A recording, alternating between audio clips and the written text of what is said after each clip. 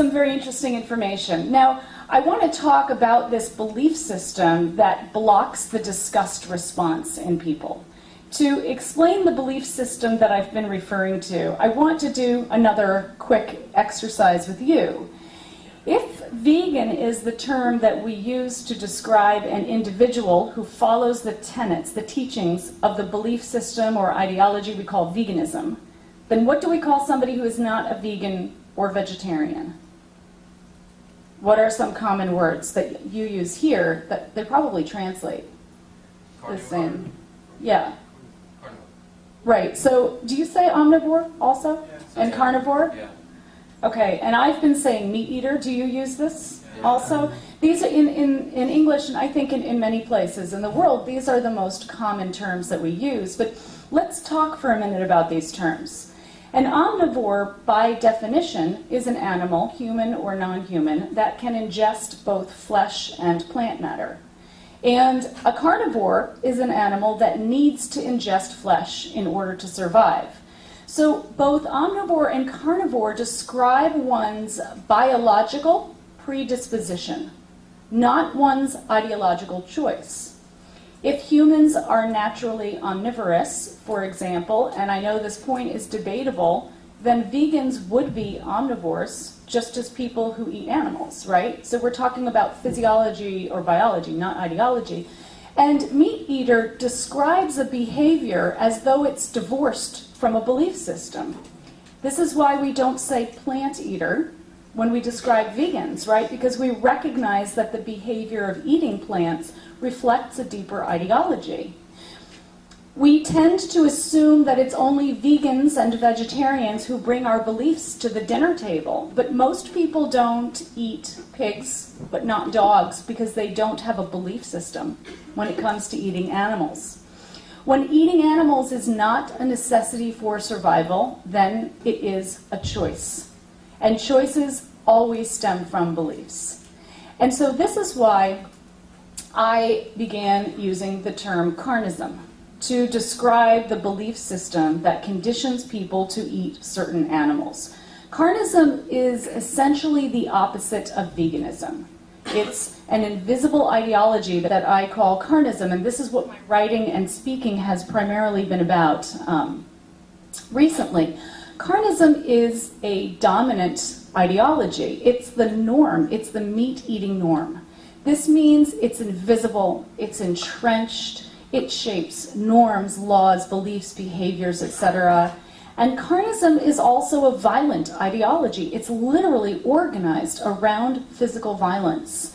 Meat cannot be procured without killing, and other animal products cannot be procured without causing some degree of harm to animals. And so violent dominant ideologies like carnism need to use a set of social and psychological defense mechanisms so that humane people can participate in inhumane practices without fully realizing what they are doing. In other words, this invisible ideology that is carnism, it teaches us how not to think and ultimately how not to feel.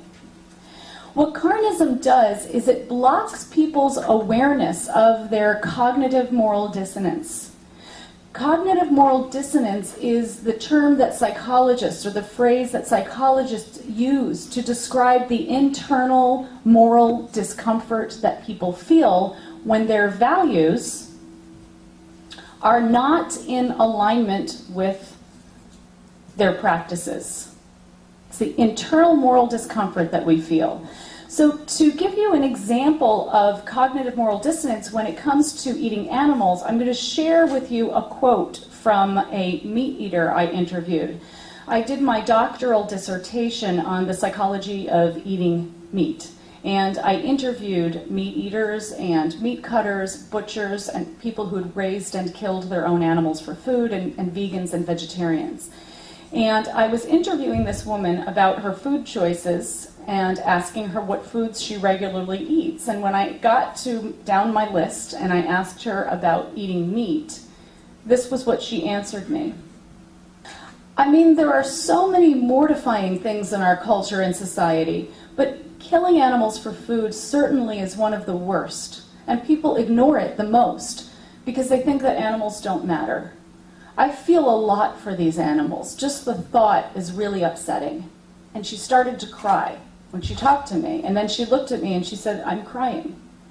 She's a meat eater. So when we feel cognitive moral dissonance, which we all experience, unless you're Gandhi, or, I mean, if you don't experience this, talk to me after because I want to interview you.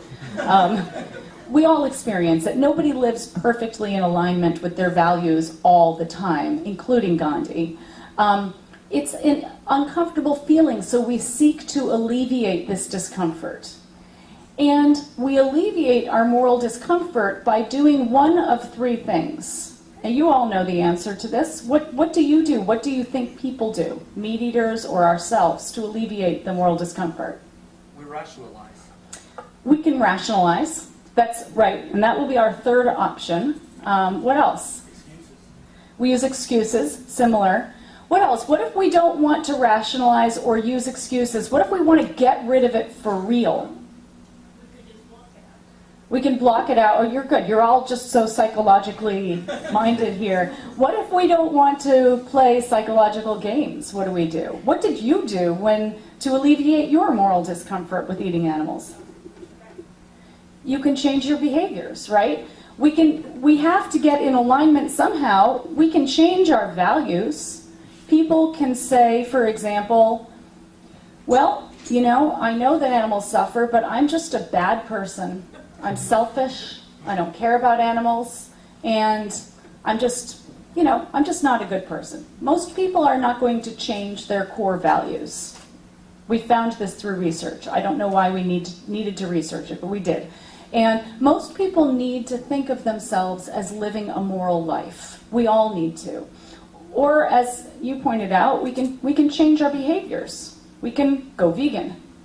As you know, often, this isn't what happens. The third option is the option that you all have been talking about, which is to change our perception of our behaviors so that it looks like our behaviors and our values are more in alignment. And it's around this third option that Carnism is organized.